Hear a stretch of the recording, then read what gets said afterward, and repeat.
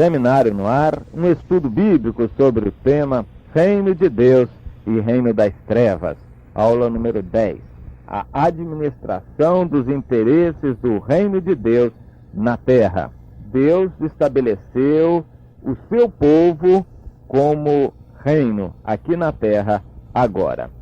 Deus fez algo semelhante no passado. Ele escolheu um povo, Israel, e o constituiu o seu reino. Faltava uma terra, faltavam leis, faltavam líderes, faltava uma estrutura de governo, faltava uma organização do povo. Deus fez tudo isso. O mais importante, entretanto, de um reino é o seu povo. Sem povo não existe reino. Um reino pode existir sem leis definidas ou sem leis. Um reino pode existir meio capenga, sem território, mas pode existir. O povo anda como peregrino, não deixa de ser um reino. Mas sem povo, o reino não pode existir. Deus estabeleceu Israel como o seu povo, como o seu reino aqui na terra. Deu-lhe leis que devemos conhecer muito bem. Israel servia como modelo, serve como modelo para nós hoje. Deus tem um povo dentre todas as nações, o que é mais complicado do que no passado com Israel, e ele quer uma estrutura para este seu povo. Deus tem um governo, Deus tem leis, Deus tem um território, só que este território agora é um território espiritual, não é humano, não é literal, não é um território de terras, não, ainda não é, mas será. Hoje o reino de Deus está dito bem claro na Bíblia, Lucas 17, 21, está dentro em nós. Esta passagem é única entre os evangelhos.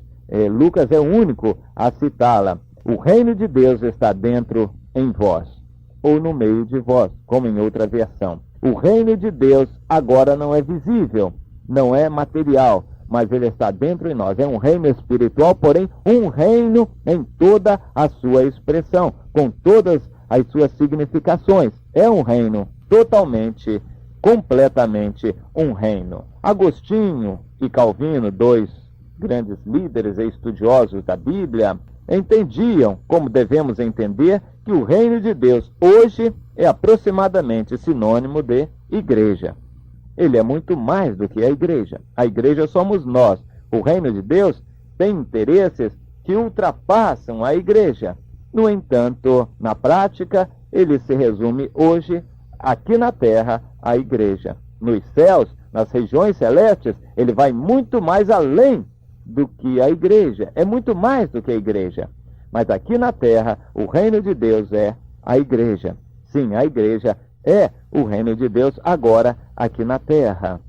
Nós encontramos no Evangelho de Mateus cerca de 30 vezes citado o reino dos céus, querendo caracterizar a origem.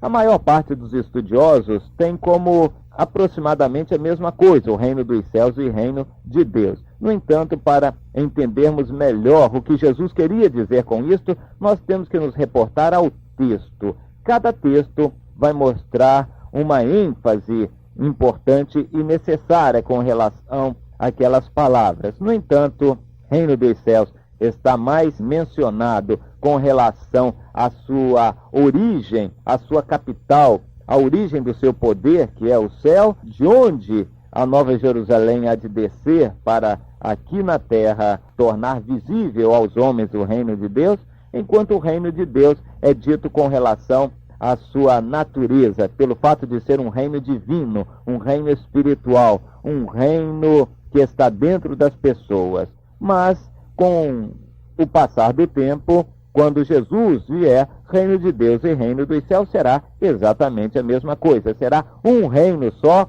unindo todos os interesses de Deus e todas as pessoas que pertencem a Deus. Os israelitas, o povo de Deus, a igreja de nossos dias, reino dos céus e reino de Deus, então serão, naquela época, a mesma coisa. E como todo reino, o reino de Deus também precisará e precisa de liderança, de administração. Deus não deixou por menos. Deus providenciou toda a administração necessária para o seu povo, para estabelecer diretrizes para orientar, governar, dirigir, coordenar, planejar, executar e levar à vitória, ao sucesso, o seu povo, o seu reino. Deus preparou tudo isto, não deixou nada sem preparar. Nós lemos em Números 3, versículo 3, o seguinte: estes são os nomes dos filhos de Arão, dos sacerdotes ungidos, consagrados para oficiar como sacerdotes. Veja que Deus, escolhendo Israel, entregou a Israel um conjunto perfeito de leis de como deveria ser a organização do povo e do reino que Deus queria. Deus teria preferido dizer isto pessoalmente. Mas o povo não quis, o povo pediu que Deus escrevesse. Então Deus escreveu. Foi bom para nós hoje que temos isto escrito e não transmitido apenas verbalmente pelos israelitas. Foi um pouco melhor para nós, porém para Israel foi uma catástrofe, porque eles não cumpriram nada daquilo. Mas Deus havia previsto tudo muito corretamente. Israel era um tipo do reino vindouro, o reino milenar aqui na terra. No milênio será tudo bem semelhante a como era em Israel. Portanto, os irmãos que têm esperança, eu creio que todos têm esperança, nem todos irão para lá, mas os que têm esperança e querem realmente ter a certeza da sua salvação e de que estarão no milênio com o Senhor, então comecem a estudar como era a organização do povo de Deus no Antigo Testamento, porque será bastante semelhante no milênio. Aliás, Deus diz que será a mesma coisa. Isso está muito bem explícito na Bíblia, em Ezequiel, por exemplo, nos últimos 10 capítulos, em vários outros livros e passagens também. Mas Ezequiel é um dos principais a falar deste assunto. E no texto lido, nós vemos Deus escolhendo os sacerdotes, filhos de Arão, para administrar os interesses do reino de Deus aqui na terra. Deus escolheu, então, uma tribo, a tribo de Levi. Números 3, de 6 a 8. Eles foram escolhidos, não eleitos. Não foram eleitos dentre todo o povo. Foram escolhidos por Deus. Uma tribo, a tribo de Levi, para cuidar do tabernáculo e de todos os interesses diretos de Deus junto ao seu povo.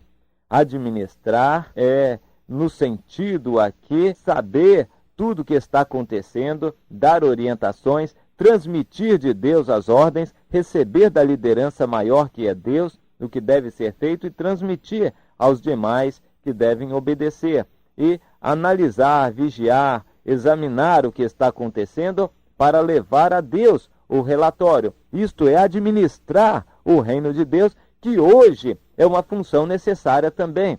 Deus constitui líderes aqui na terra exatamente para isto. Os diáconos e presbíteros são homens colocados por Deus com funções muito específicas aqui na terra, para administrar o povo de Deus, os interesses do reino de Deus aqui na terra. Em Israel, o privilégio seria extensivo a todos. Êxodo 19, versículo 6. Deus diz: vós me sereis reino de sacerdotes. O privilégio seria de todos, mas eles não quiseram. Preferiram que Deus escrevesse as leis e escolhesse uma tribo especificamente para isto, que fossem os responsáveis, os profissionais de liderança do reino de Deus. Então Deus escolheu a tribo de Levi para isto. Números 3, 17 e 18. São estes, e Deus começa a citar nominalmente até. São estes os filhos de Levi pelos nomes, e estes os filhos de Gerson pelas famílias. A importância das famílias no reino de Deus é muito grande. Deus tem as famílias em alta conta. Quando Deus escolhe alguém, Ele não está escolhendo somente uma pessoa, está escolhendo também a família daquela pessoa, porque a família também pertence ao reino de Deus. É uma coisa muito séria. Em Atos 20 e 28, nós lemos o apóstolo Paulo trazendo da parte de Deus uma palavra viva para os líderes chamados presbíteros ou bispos, e lhes dizia: atendei por vós e por todo o rebanho sobre o qual o Espírito Santo vos constituiu bispos, que quer dizer supervisores. O Espírito Santo vos constituiu bispos, supervisores, administradores dos interesses da igreja, dos interesses do reino de Deus. Este rebanho é o patrimônio principal do reino de Deus, o rebanho que o Senhor comprou com o seu sangue. Por eles vocês serão responsáveis. A coisa era muito séria.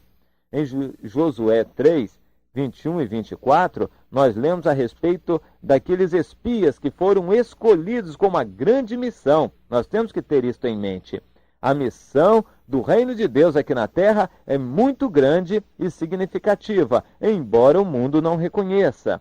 Nós lemos lá em Josué a respeito daqueles espias, no capítulo 2, versículos 21 e 24, o seguinte: a mulher Raabe dizendo aos espias: segundo as vossas palavras, assim seja. Segundo as vossas palavras, assim seja. A palavra de alguém que representa o reino de Deus deve ser muito séria e o mundo possa tomar como referência. Segundo as vossas palavras, assim seja. Amém. As palavras do servo de Deus. E no versículo 24, disseram a Josué, aqueles espias: certamente, com toda certeza, o Senhor nos deu esta terra nas nossas mãos, e todos os seus moradores estão desmaiados diante de nós. O Senhor nos deu esta terra com toda certeza. A terra pertence ao Senhor, toda a terra e a sua plenitude. E eles tinham a certeza, o Senhor nos entregou. Era fé. Somente pela fé. A terra ainda não estava nas mãos dos israelitas, mas pela fé eles já tinham a posse daquela terra. O reino de Deus é exatamente a mesma coisa, é como um grão de mostarda, pequenininho, mas tem a fé de ser uma grande árvore. E ele age e vive com aquela fé, aquela esperança, aquela certeza de que se for lançado na terra, ele crescerá, germinará e será uma grande árvore, um grão de mostarda. O reino de Deus é assim também. Josué 3, versículo 11. Eis que a arca da aliança do Senhor de toda a terra passa o Jordão adiante de vós, o Senhor de toda a terra. Temos que ter esta certeza, que nós pertencemos ao reino do Senhor de toda a terra. A terra pertence a ele. Por enquanto, aqui na terra, os homens estão governados por Satanás, mas isto é provisório, porque a terra pertence a Deus. E um dia o Senhor há de manifestar aqui na terra o seu reino e expulsar a Satanás. Nós temos que viver nesta certeza, sob a sombra desta grande e gloriosa esperança que é de Jesus estabelecer aqui o seu reino. Na época, quando eles diziam aquilo, o povo do Senhor de toda a terra não era mais do que uns peregrinos, um bando de peregrinos pelo deserto.